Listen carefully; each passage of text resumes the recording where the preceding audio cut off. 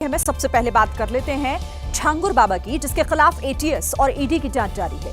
ATS की पूछताछ में कई बड़े खुलासे हुए हैं। सबसे बड़ा खुलासा इसमें यह हुआ है कि छांगुर बाबा का पूरा गैंग धर्मांतरण के लिए कोड वर्ड का इस्तेमाल करता था।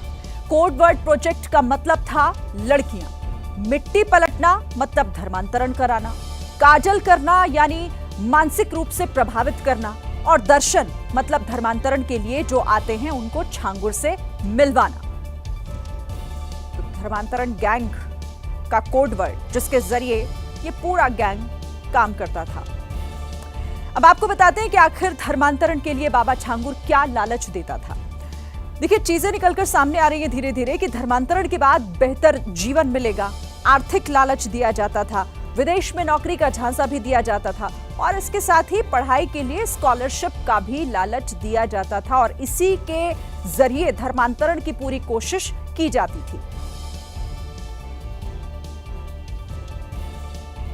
तो इस पूरे मामले में एटीएस लगातार जांच कर रही है। एटीएस की पूछताछ में छांगुर बाबा के नेटवर्क को लेकर भी कई बड़ा खुलासे जो हैं वो हो रहे हैं। ईसाई मिशनरियों के संपर्क में छांगुर बाबा था।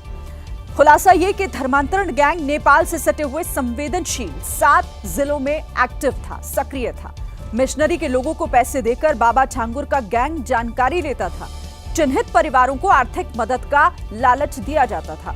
वहीं नीतू का पति प्रशासन, पुलिस मैनेज करने का काम करता था।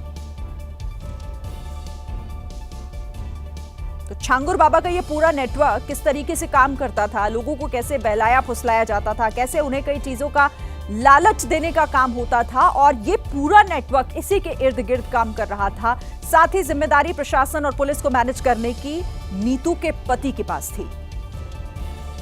छांगुर बाबा के नौकर का कहना है कि बाबा ने उसे इस्लाम धर्म अपनाने के लिए 5 लाख रुपए नगद, एक मकान और एक मोटरसाइकिल देने का वादा किया था। बाबा चाहता था कि वो सनातन धर्म छोड़कर इस्लाम धर्म अपना ले, लेकिन जब संचित ने लालच को ठुकरा दिया तो बाबा ने उसे धमकाना शुरू कर दिया।